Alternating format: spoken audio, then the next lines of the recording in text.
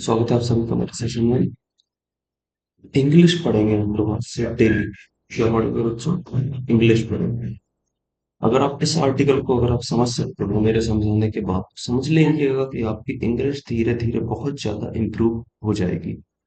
ठीक है, आप मेरे साथ पढ़ेंगे।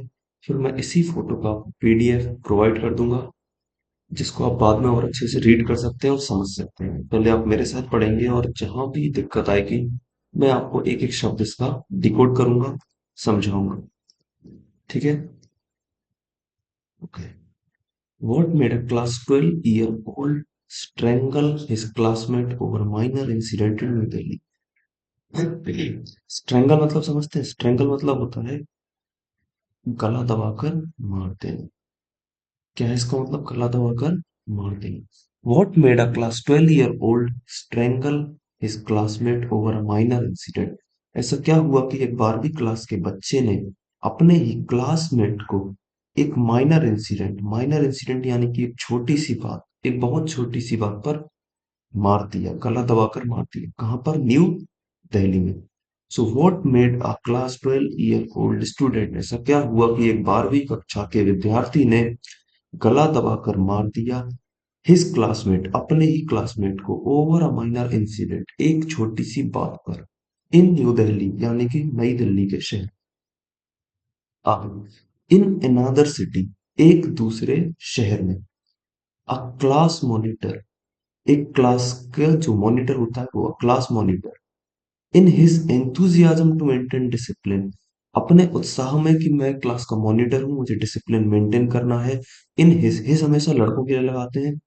इन हिज एंथुजियाज्म, एंथुजियाज्म का मतलब होता है जील, और जील का मतलब होता है उत्साह। In his enthusiasm to maintain discipline, class में डिसिप्लिन मेंटेन करने के दिखाने के लिए, in the classroom kicked a student in the groin, उसने क्या किया? लात मारी। किक यानी कि लात मारी। एक स्टूडेंट में उसने लात मारी। कहाँ पर मारी? ग्रोइन में। He kicked a student in the groin. Groin मतलब होता है पेट के नीचे का थोड़ा एरिया, नाभि के और थोड़े नीचे का एरिया जहां से दोनों पैर अलग हो रहे होते हैं, उसे ग्रोइन बोलते हैं। ठीक है? उसको क्या बोलते हैं? Groin. So he kicked a student in the groin, उसने एक बच्चे को लात मारी। कहां पर? ग्रोइन में मारी। Who succumbed to his injuries on the way, who succumbed to his injuries on the way to the hospital, जिस बच्चे ने अपनी इंजरीज के आगे दम तोड़ दिया। स्कम का मतलब होता है दम तोड़ देना, किसी चीज के आगे ना टिक पाना। तो उसकी इंजरीज इतनी ज्यादा हो गई थी कि वो अपनी इंजरीज के सामने दम तोड़ दिया। उसने कब तोड़ दिया? On the way to the hospital, जब वह हॉस्पिटल जा रहा था। तो लाइन का मतलब आई होप अच्छे से समझ आ रहा होगा। Kick the student in the groin, उसने एक बच्चे को पेट में लात मारी। Who succumbed to his injuries, उसने अपनी दम तोड़ दिया अपनी इंजरीज के आगे। On the way to the hospital, जब वो हॉस्पिटल जा रहा था। Now a child was bludgeoned by his schoolmate. A child was bludgeoned by his schoolmate. No, a child was bludgeoned by his schoolmate. इसका क्या मतलब हुआ? किसी तेज बड़ी चीज से किसी को मारना।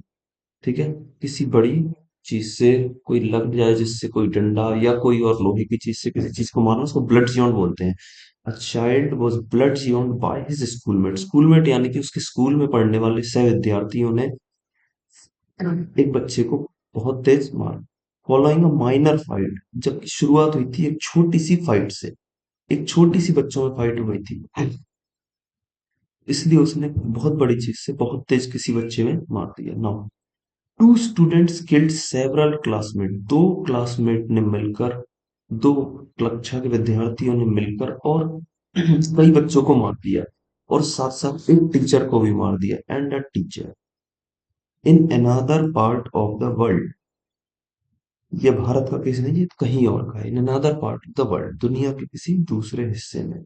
समझे ना? अच्छे से अब मेरे साथ पढ़े और देखा जाएगा कि पूरा समझ आ रहा कि नहीं। What made a class 12-year-old strangle his classmate over a minor incident? ऐसा क्या हुआ कि एक 12वीं कक्षा के बच्चे ने एक छोटी सी बात पर अपने ही कक्षा के दूसरे विद्यार्थी का कलर दबाकर मार दिया. In another city, a class monitor, in his enthusiasm to maintain discipline in the classroom, kicked a student in the groin who succumbed to his injuries on the way to the hospital. A child was bludgeoned by his schoolmate following a minor fight. Two students killed several schoolmates and a teacher in another part of the world. आगे बढ़ेंगे.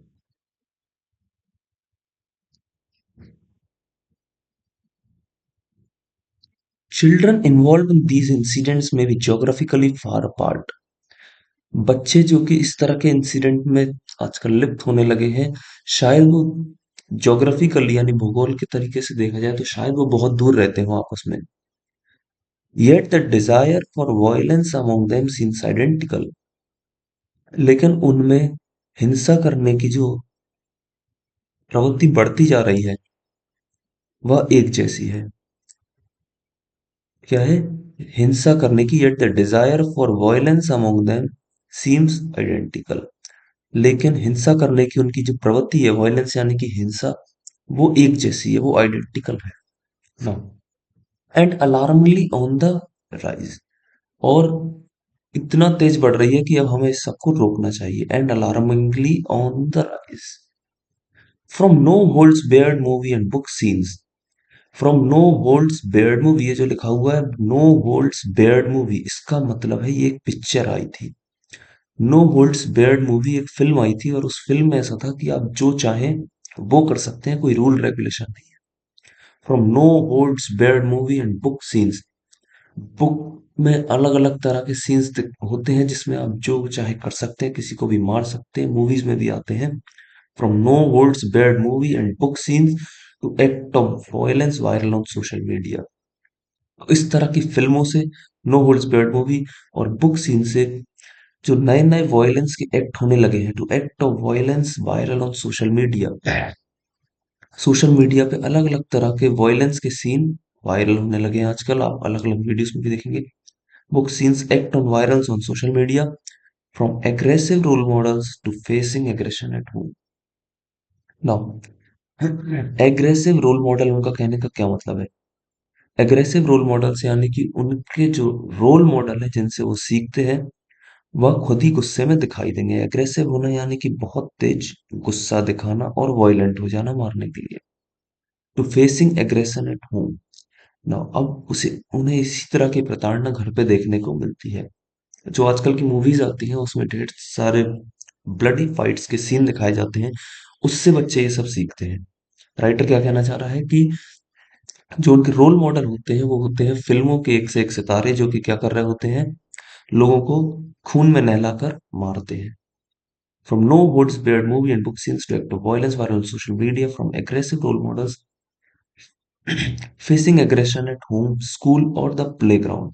Now, अब बच्चे इसी तरह की प्रताड़ना school में, घर पे, घर पे, स्कूल में, प्लेग्राउंड में हर तरह की प्रताड़ना को सहते हैं और देखते भी हैं. There are many factors through which society has normalized violence. समझे लाइन को? There are many factors through which society has normalized violence. इस तरह के बहुत सारे फैक्टर्स अब समाज में होने लगे हैं कि अब समाज ने वॉयलेंस को यानी हिंसा को एक आम चीज मान लिया है. अगर किसी के साथ कुछ लड़ाई होती है, झगड़ा होता है, मारपीट होती है, खून आ जाता है या कत्ल भी हो जाता है तो अब सोसाइटी के लिए ये नॉर्मल हो गया है. क्या हो गया है? नॉर्मल. ठीक है. There are many factors of society has normalised violence. अब सोसाइटी ने वायलेंस को नॉर्मलाइज मान लिया है कि ये सब नॉर्मल है. We have helped desensitise our young to pain of others. We have, हमने, क्या कर दिया गया है? डिसेंसिटाइज कर दिया गया. डिसेंसिटाइज का मतलब है कि जो फीलिंग थी बच्चे के अंदर किसी को पिटता हुआ देखने की या किसी का ब्लड देखकर जो एक दुख आता है अंदर से, अब वो जो दुख है वो खत्म हो चुका है, डिसेंसिटाइज हो चुका है हमारे बच्चों के अंदर. Our young to the pain of others, किसी और का पेन देखकर अब उसे वो दर्द नहीं होता. And fall out of conflict around occurring around them. और उनके आसपास अगर कोई लड़ाई भी हो रही है तो उन्हें देखकर किसी तरह का मन में कोई दुख नहीं पैदा होगा, नहीं जन्म लेगा. And the fall out of conflict occurring around them. Was brutality a part of the childhood of the perpetrators of violence? Perpetrator मतलब होता है वो व्यक्ति जो क्या करता है, बहुत ज्यादा वायलेंस करता है। ठीक है, एक बहुत गंदा एक एक्ट करता है जिसमें वो बहुत लोगों को मार देता है, इसको परपिट्रेटर बोलते हैं ऐसे पर्सन को। सो वॉज ब्रूटलिटी, ब्रूटलिटी मतलब होता है किसी को मारना, बुरी तरह मारना, ब्रूटली मारना यानी तेज हथियारों से मारना, हड्डियां तोड़ देना और ज्यादा मारना। So was brutality a part of the childhood of the perpetrator of violence? जो लोग हिंसा करते हैं, क्या ब्रूटलिटी उनके बचपन का हिस्सा थी?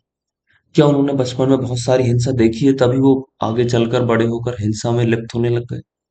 Was brutality a part of the childhood, childhood यानी कि बचपना, ऑफ द परपेट्रेटर, परपेट्रेटर यानी कि वो लोग जो एक बहुत गंदा एक्ट करते हैं, क्रूल सम एक्ट करते हैं, क्रूल यानी कि जिन्हें बिल्कुल दया नहीं आती और किसी को मारते जाते हैं, perpetrator of violence. These acts and more throw a spotlight on fragmented family structures. These acts, इस तरह के एक्ट्स, और और ज्यादा जो बढ़ते जा रहे हैं, and more through a spotlight, ये एक तरह की स्पॉटलाइट यानी कि एक तरह का प्रकाश डालते हैं on fragmented family structures. Fragmented family structures का मतलब हुआ कि आजकल के टूटते हुए बिखरते हुए परिवार। फ्रेगमेंटेशन मतलब होता है किसी चीज का टूटकर बिखर जाना, और थ्रो स्पॉटलाइट ऑन फ्रेगमेंटेड यानी कि फ्रेगमेंटेड फैमिली स्ट्रक्चर्स, टूटे हुए परिवारों पर फोकस डालता है। And the lack of educational institution investment in the wellbeing of their student. And the lack, lack यानी कि कमी, लैक मतलब क्या होता है, कमी, ऑफ एजुकेशनल इंस्टीट्यूशन, जो लोग शिक्षा प्रदान करते हैं उनको कहते हैं educational institution. And the lack of educational institution investment यानी कि एजुकेशनल इंस्टीट्यूट का इस सब पे कम ध्यान देना और कम पैसा खर्च करना एक बच्चे की वेलबींग पर। वेलबींग यानी कि उसकी पढ़ाई के साथ साथ उसका मस्तिष्क किस तरह से आगे बढ़ रहा है, किस तरह की विचारधारा उसके अंदर जा रही है, उसको बोलते हैं उसकी सोच। तो एक जो एजुकेशनल इंस्टीट्यूशन होता है, अब वो इस सब पे बहुत कम ध्यान देता है बच्चे की वेलबींग पर, कि वह किस तरह की सोच उसके अंदर जन्म ले रही है, और उस चीज पर वह ध्यान भी नहीं देते, केवल पढ़ाते हैं। So now, was brutality a part of the childhood of the perpetrator of violence? These act and more throw a spotlight on fragmented family structures and the lack of educational institution investment in the well-being of their students. Today social integration यानी कि अलग अलग समाज, अलग अलग सोच के लोगों का एक साथ इकट्ठा होना एक ही जगह, समाज में आते जाना, पढ़ते जाना, इसको कहते हैं सोशल इंटीग्रेशन। ठीक है, अलग अलग प्रकार के लोग, अलग अलग समाज के लोग जब समाज में इकट्ठा होते हैं तो उसे सोशल इंटीग्रेशन बोलते हैं। तो आजकल today social integration, mental health and emotional wellbeing. Mental health यानी कि हमारे मस्तिष्क की हेल्थ, मस्तिष्क का स्वास्थ्य, mental health and emotional wellbeing, किसी की इमोशनल वेलबींग यानी कि वो शारीरिक वेलबींग एक चीज होती है कि आपका शरीर कैसा है, लेकिन इमोशनल वेलबींग होता है कि आपके विचार किस तरह से जा रहे हैं, अच्छे जा रहे हैं, बुरे जा रहे हैं, दुखी हैं, कैसे। And emotional wellbeing have to be integral to schooling. यहाँ पे एक लाइन लिखी हुई है, have to be integral to schooling. इसका मतलब है कि ये जो चीजें हैं, social integration, mental health and emotional wellbeing, इन्हें स्कूल तक इंटीग्रेट कर देना चाहिए। इंटीग्रेट यानी स्कूलिंग तक बढ़ा देना चाहिए, यानी कि इनका ध्यान अब स्कूल वालों को भी रखना चाहिए। समझे? Today social integration, mental health and emotional wellbeing have to be integral. Integral यानी एक छोटी सी चीज से पूरा बढ़ाते जाना एक बड़े लेवल पर, उसको इंटीग्रेशन बोलते हैं, इसी से वर्ड आया है integral. Have to be integral to schooling, कि बच्चे की स्कूलिंग में भी इन सब चीजों पर ध्यान दिया गया। बट, लेकिन, for too many boys and girls, लेकिन बहुत सारे बच्चों के लिए, for too many, too many का वर्ड का मतलब होता है बहुत सारे। एक वर्ड होता है TO2 और दूसरा होता है TOO। TOO का मतलब होता है वेरी मच इन अमाउंट, यानी कि क्वांटिटी में बहुत ज्यादा होना। For too many boys and girls, बहुत सारे लड़के और लड़कियों के लिए, school is where they experience violence. School वो जगह है जहां वो खुद ही वॉयलेंस फेस करते हैं। वॉयलेंस यानी कि वह स्कूल में ही हिंसा फेस करते हैं। बुलिंग फेस करते हैं। बुलिंग यानी कि एक बच्चे को अलग अलग विद्यार्थियों द्वारा, 5-6 विद्यार्थियों द्वारा एक तरह की रैगिंग ले जाना, उसे परेशान करना, बातों से परेशान करना और हेरसमेंट करना, इसको बुलिंग बोलते हैं। हेरसमेंट, हेरसमेंट यानी कि अपने शब्दों से, अपनी हरकतों से किसी को बुरी तरह परेशान करना, इसको हेरसमेंट बोलते हैं। ठीक है। उसके ना चाहते हुए भी एक अकेले बच्चे को या अकेली लड़की को परेशान करना, वो जो ना चाहता है वो सब उसके साथ करना, उसको हैरेसमेंट बोलते हैं। वर्बल अब्यूज यानी कि किसी को शब्दों से बहुत परेशान करना, अलग अलग तरह की बातें करना, बोलना, घर वालों के बारे में बोलना, इसको वर्बल अब्यूज बोलते हैं। And sometimes exploitation at the hands of peers और टीचर्स और इवन द इनस्क्रूटेबल। ठीक है। और कभी कभी, and sometimes, and sometimes exploitation, exploitation यानी कि किसी का, and sometimes exploitation at the hands of peers और टीचर्स और इवन द इंस्क्रूटेबल। कभी कभी पीयर्स होते हैं साथ पढ़ने वाले विद्यार्थी, टीचर होते हैं हमारे शिक्षक, और इनस्क्रूटेबल स्कूल अथॉरिटी यानी कि वो स्कूल वाले जिनका समझ नहीं आता कि ये करते क्या है स्कूल में। इनस्क्रूटेबल, इनका आज तक देखा भी नहीं गया कि ये क्या करते हैं। इस वर्ड का, इनस्क्रूटेबल का मतलब यही होता है कि नॉट अंडरस्टैंडेड येट, यानी जिनको अभी तक समझा ही ना गया हो। So and sometimes exploitation at the hands of, यानी किसी बच्चे का प्रताड़ना करी जाना, किसके द्वारा, उसके पीयर्स के द्वारा, यानी उसके क्लास के जो दूसरे बच्चे हैं उनको पीयर्स बोलते हैं। टीचर्स द्वारा, टीचर भी बच्चे को कभी कभार बहुत परेशान करते हैं, वहां पे। और even the inscrutable school authority, और कई बार वो स्कूल वाले जहां वो पढ़ता है उन स्कूलों द्वारा भी बच्चे को प्रताड़ित किया जाए।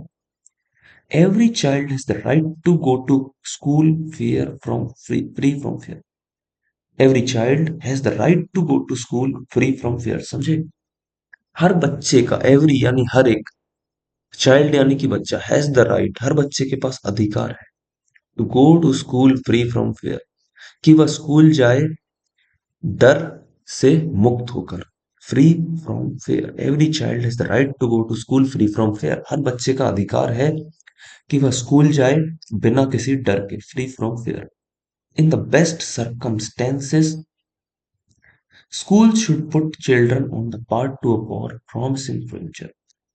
इन द बेस्ट सर्कमस्टेंसेस, इसका मतलब हुआ, सर्कमस्टेंसेस मतलब होता है हालात, और इन द बेस्ट सर्कमस्टेंसेस कहने का मतलब है कि अच्छे से अच्छे हालातों में, स्कूल में अच्छे से अच्छे हालात दिए जाए बच्चे को। स्कूल वो जगह है जहाँ बच्चा अपना आधा दिन काटता है और आधा दिन घर पे काटता है, यानी कि स्कूल वालों की उतनी ही जिम्मेदारी बनती है एक बच्चे को आगे बढ़ाने की जितनी उसकी घर वालों की बनती है। So in the best circumstances, सबसे अच्छे हालातों में, school should put children on the path to a promising future, school एक बच्चे को आगे बढ़ाए, एक वादा करे कि हम आपको बेस्ट फ्यूचर प्रोवाइड करेंगे। ठीक है। School should put children on the path to a promising future. Now इसको एक बार दोबारा से पढ़ेंगे अच्छे से पूरे पैराग्राफ को।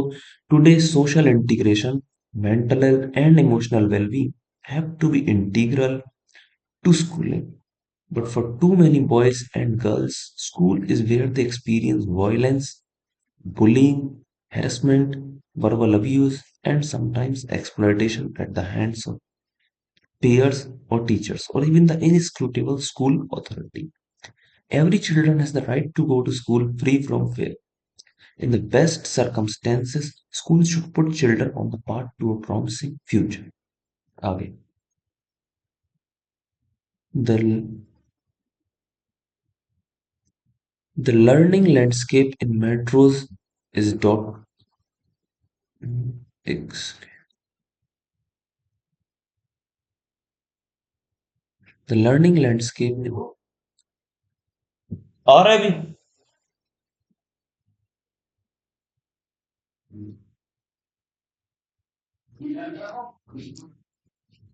ओहो आ रहा है अभी। The learning landscape in metros is dotted with steel, glass, and concrete structures, with manicured atria and centrally air-conditioned environments that can put a five-star hotel on the shape. देखिए, the learning landscape in metros learning landscape का मतलब हुआ वो जगह है जहां पर पढ़ाया जाता है, the learning landscape in metros. Metros यानी कि बड़े शहरों की बात की जा रही है, दिल्ली, मुंबई, बेंगलोर, हैदराबाद, चेन्नई, इस तरह के शहरों की। इस तो जहां पर पढ़ाया जाता है मेट्रो शहरों में, वो जगहें कैसी होती हैं? Is dotted with steel, glass and concrete structure. वो जगह ऐसी बनाई जाती है जहां पर स्टील, बड़ी बड़ी कांच की बिल्डिंग, ग्लास और बड़ी बड़ी कंक्रीट जो पत्थर होता है, कंक्रीट की एक से एक बिल्डिंग बना दी जाती है स्कूलों की। विद मैनिक्योर्ड एट्रिया, उनका जो मैनिक्योर्ड एट्रिया, मैनिक्योर्ड आपने वर्ड सुना होगा, मैनिक्योर पेडिक्योर लेडीज करवाती है। मैनिक्योर मतलब होता है नेल पेंट, हाथों को सजवाना, उंगलियों को सजवाना हाथों की, इसको मैनिक्योर बोलते हैं। साथ साथ पेडिक्योर होता है, उसको मतलब होता है पैरों को सजवाना, पैरों की डेड स्किन को निकलवाना एंड पैरों के नाखून को अच्छे तरीके से पेंट करवाना, इसको पेडिक्योर बोलते हैं। तो it is called manicure. So structure with manicured atria, atria यानी कि स्कूल का जो सेंट्रल हॉल होता है उसको एट्रिया बोला जा रहा है यहाँ पर। तो स्कूल की जो बिल्डिंग, जिनको अलग अलग स्टील और ग्लास की, कांच की बिल्डिंगों से सजाया जा दिया जाता है, कंक्रीट की स्ट्रक्चर बना दिए जाते हैं, उनका सेंट्रल हॉल बहुत सुंदर बना दिया जाता है with manicured atria and centrally air condition influence. और एयर कंडीशन इन्फ्लुएंस, जहां पर एसी लगा दी जाती है, एयर कंडीशन इन्फ्लुएंस यानी कि उनका स्कूल का जो पूरा कैंपस होता है वहां पर एसी लगा दी जाती है पूरे में, और दिखाया जाता है कि हमारा पूरा स्कूल एयर कंडीशन है। That can put a 5 star hotel to shame, एक ऐसा स्कूल की ऐसी बिल्डिंग तैयार की जाती है, that can put a 5 star hotel, कि जो एक फाइव फाइव स्टार होटल को भी शर्म दे दे, कि एक 5 स्टार होटल को भी शर्म आ जाए। तो स्कूलों में, जो मेट्रोज में, आजकल की मेट्रो सिटी में स्कूल इस तरह के बनाए जाते हैं, कांच की बिल्डिंग, कंक्रीट की बिल्डिंग, उनका हॉल अंदर का इतना अच्छा बनाया जाता है, एयर कंडीशन इतने ज्यादा लगाए जाते हैं कि एक 5 स्टार होटल को भी शर्म आ जाए, इस तरह के स्कूल्स होते हैं। If the brand has worked in eyes of parents, अगर उनका दिखाया गया school, if the brand has worked in the eyes of the parents, अगर उनका दिखाया गया स्कूल पेरेंट्स की आंखों में चमक गया, यानी कि पेरेंट्स को पसंद आ गया उनका स्कूल का बिल्डिंग, व्हाट एक्चुअली हैपेंस, तो बच्चे को एडमिशन वो करवा देते हैं। If the brand is work in the eyes of the parents, अगर पेरेंट्स को स्कूल की बिल्डिंग अच्छी लग रही है, स्कूल का एनवायरनमेंट अच्छा लग रहा है, एसी अच्छे लग रहे हैं, तो वो एडमिशन करवा देते हैं। व्हाट एक्चुअली हैपेंस, क्या होता है बिहाइंड द वॉल, यानी दीवालों के पीछे, कहाँ की दीवालों के पीछे? स्कूल की दीवालों के पीछे। What actually happens behind the walls, यानी कि स्कूल की दीवारों के पीछे क्या हो रहा है, ये कभी नहीं बताया जाता, केवल बिल्डिंग दिखाई जाती है। इज सेल्डम एक्सप्लेन्ड, सेल्डम मतलब होता है रेयरली, शायद ही कभी, बहुत बहुत समय में कभी एक बार, सेल्डम शायद ही कभी। तो स्कूल की दीवारों के पीछे क्या हो रहा है, ये शायद ही कभी बताया जाता है। It is called seldom examined.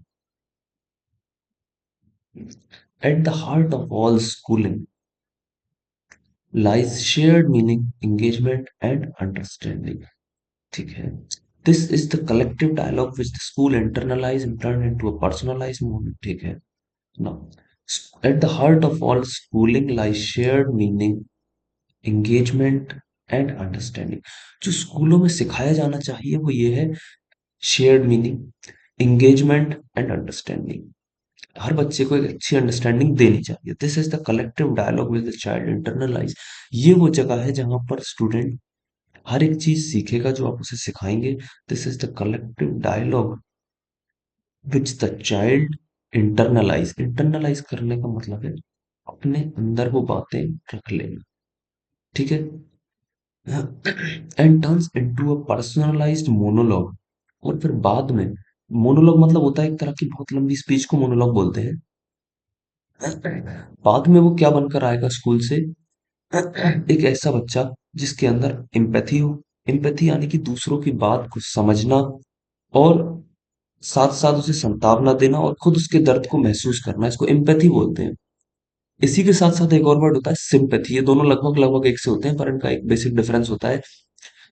Empathy और सिंपैथी, एम्पैथी का मतलब है कि किसी के दर्द को महसूस करना, present of empathy and compassion. तो एक बच्चा ऐसा बनकर आता है जिसके अंदर एम्पैथी होती है यानी कि दूसरों की बात को समझने वाला बच्चा बनता है स्कूल में। और कंपैशन, कंपैशन मतलब होता है दया भावना, किसी के लिए दया भावना जो अपने अंदर होती है। And compassion, as parents and educators we must remember that challenging behavior does not happen overnight. As parents and educators, parents यानी कि माँ बाप, और एजुकेटर्स मतलब कि जो लोग पढ़ाते हैं। तो एक पेरेंट्स और एक एजुकेटर के तौर पर हमें इस बात का ध्यान रखना चाहिए, we must remember that challenging behaviour does not happen overnight. कि बच्चों के बिहेवियर में जो बदलाव आता है, चैलेंजिंग बिहेवियर हो जाता है बच्चों का, does not happen overnight. Overnight यानी कि एक रात में। तो बच्चों का जो व्यवहार में बदलाव आता है वो एक रात में नहीं आता, या एक कलेक्टिव लंबे समय की प्रोसेस होती है। अगर लंबे समय तक उनके साथ कुछ गलत हो रहा है तब उनके व्यवहार में बदलाव आता है, या उनके साथ बहुत समय तक कुछ अच्छा हुआ है तब उनका व्यवहार में पॉजिटिव बदलाव आता है। So that challenging behaviour does not happen overnight, ये एक रात में नहीं होता। चिल्ड्रन कैन नॉट आइडेंटिफाई और communicate disruption in the manner that adults do. बच्चे, चिल्ड्रंस कैन नॉट, बच्चे कभी यह बात नहीं समझ पाते कि उनके साथ जो हो रहा है वह क्या है, कैसा है, जितना एडल्ट समझ पाते हैं, that adults do. Children can not identify और कम्युनिकेट डिसरप्शन, जो भी उनके साथ हो रहा है वह कभी यह नहीं समझ पाते कि जो हमारे साथ हो रहा है, जितना एडल्ट समझ जाते हैं। अगर गुस्सा आएगा तो एक बच्चे को उतना समझ नहीं आएगा कि मुझे गुस्सा आ रहा है, जितना एक एडल्ट समझ जाएगा, दैट एडल्ट्स डू। इस लाइन का यही मतलब है, चिल्ड्रन कैन नॉट आइडेंटिफाई और कम्युनिकेट। चिल्ड्रन कभी इस बात को आइडेंटिफाई नहीं कर पाते, ना किसी को बता पाते हैं कि उनके साथ जो हो रहा है, जितना एक एडल्ट बता देगा। एक बड़ा व्यक्ति जो समझ जाएगा मेरे साथ क्या हो रहा है, सभी को बताएगा भी और समझ भी लेगा। पर एक बच्चा जिसका भी मस्तिष्क उतना विकास नहीं किया गया है, वह नहीं समझ पाएगा। Their anger often rises from fear, अब बच्चे का गुस्सा बढ़ने लगता है। Their anger often rises, often मतलब होता है बच्चों अक्सर, क्या होता है अक्सर, समझे। ऑफन वर्ड का यूज वहीं किया जाता है जहां आपको ये बात कहनी हो, अक्सर। तो उनका गुस्सा अक्सर बढ़ता है, किससे बढ़ता है, डर से। जब उन्हें अलग अलग जगहों पर डराया जाता है, एक बच्चे को वैसे मुझे लगता है हर जगह डराया जाता है, स्कूल में भी, दूसरे बच्चों के भी द्वारा, टीचर्स के भी द्वारा, घर पे उसके पेरेंट्स के भी द्वारा। कई बार जब वो कोई काम नहीं करता है तो डराया ही जाता है। तो इससे उसके अंदर this their anger often rises, इससे उनके अंदर का गुस्सा बढ़ने लगता है। डिफाइंस फ्रॉम मैनिपुलेशन, मैनिपुलेशन मतलब होता है, मैनिपुलेशन एक वर्ड है, इसका मतलब है किसी को पागल बनाना अपनी बातों से, किसी को पूरा मैनिपुलेट कर देना, उसके विचारों को बदलना और पागल बनाना, इसको मैनिपुलेशन कहते हैं। तो जब बच्चे के साथ इस तरह की चीजें होती हैं तब डिफाइंस करने लगता है। डिफाइंस यानी कि अवज्ञा करना, किसी की बात को ना मानना, खुला मना कर देना, मैं नहीं मानता। एंड वायलेंस फ्रॉम एंग्जाइटी, और जब बच्चे को घबराहट होती है, एंग्जाइटी मतलब होता है बच्चों घबराहट, क्या होता है घबराहट। एंड वायलेंस फ्रॉम एंग्जाइटी, जब वह अंदर से घबराते हैं, डर उनका बढ़ जाता है, तब क्या जन्म लेता है, वायलेंस। तब बच्चा किस पे उतर आता है, वायलेंस पे उतर आता है। As a result of a damaged connection between the adult world and that of the child and his peers, और ये सब क्यों होता है, इतना गुस्सा बच्चे के अंदर आ जाता है क्यों, a damaged connection between the adult world and that of his child and his peers, क्योंकि एक एडल्ट का एक वर्ल्ड है, जो बड़े लोगों का एक समाज है दुनिया में, वो सब कुछ समझते हैं, पर एक बच्चा सब कुछ नहीं समझता है। जब इन दोनों के बीच की लाइन टूटने लग जाती है, तब इस तरह की चीजें होती हैं, result of a damaged connection between the adult world and that of the child.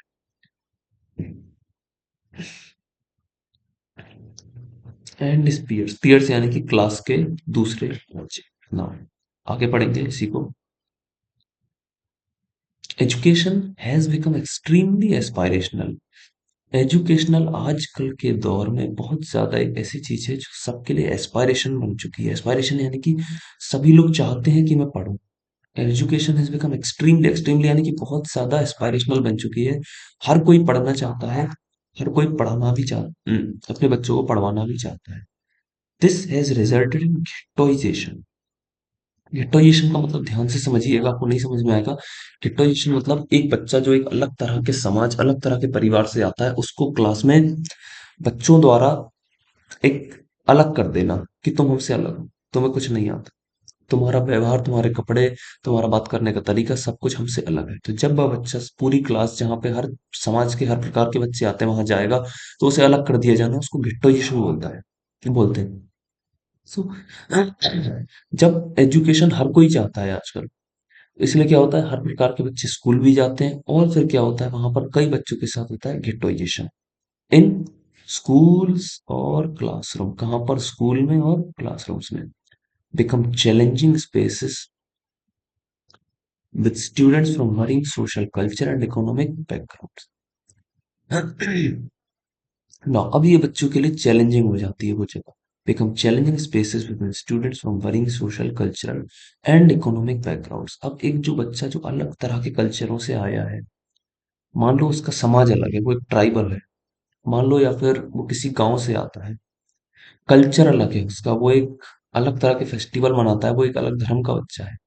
And economic background, मान लो वो एक बहुत गरीब परिवार का बच्चा है, उसके पास, उसके पिताजी के पास उतना पैसा नहीं है जितना एक बहुत बड़े रिच अमीर व्यक्ति के पास होता है, लेकिन फिर भी उस पिताजी ने अपने बच्चे को उस बहुत बड़े स्कूल में एडमिशन करवा दिया है जहां पर अमीर लोगों के बच्चे पढ़ते हैं।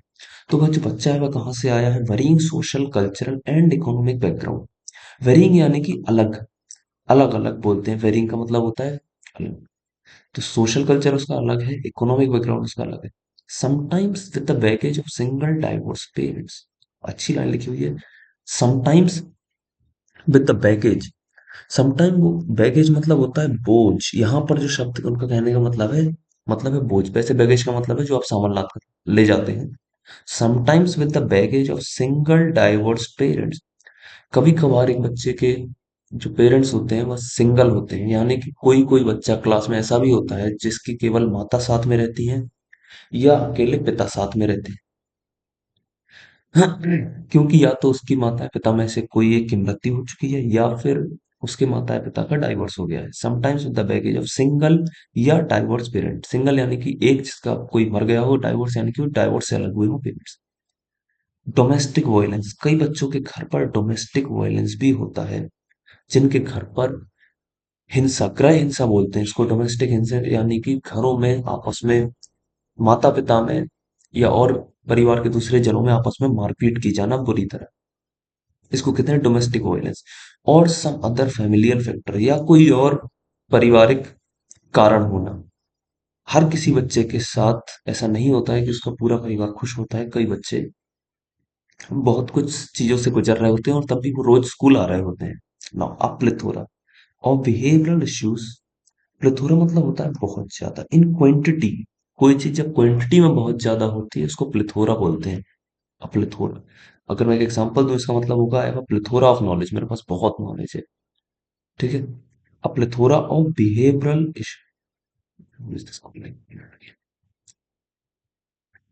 Plethora of behavioural issues.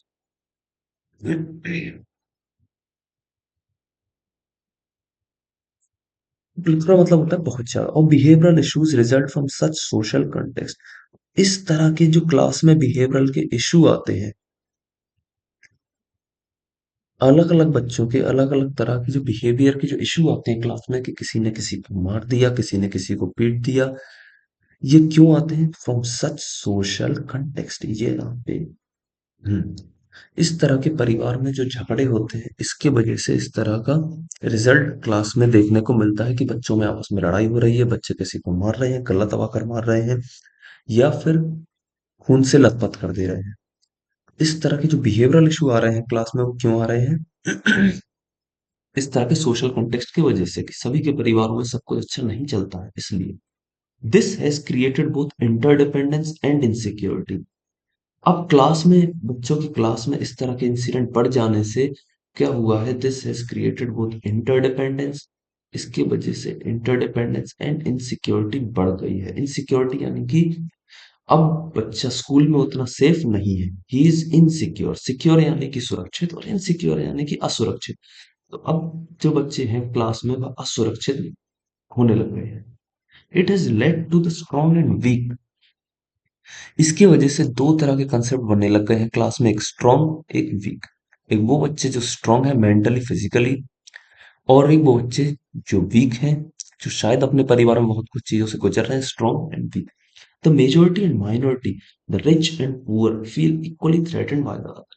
अब कक्षा में क्या होता है कि जो मेजोरिटी बच्चा है, जो ज्यादा से ज्यादा बच्चा है, एंड माइनॉरिटी, और जो कम से कम बच्चे हैं, रिच, पुअर, अमीर बच्चे हैं, गरीब बच्चे हैं, हर तरह के बच्चे हैं, वो लोग बराबर यानी इक्वली थ्रेटन्ड, यानी कि अनसेफ फील करना, डरा हुआ फील करना, थ्रेटन्ड बाय द, एक दूसरे से डर कर रहते हैं।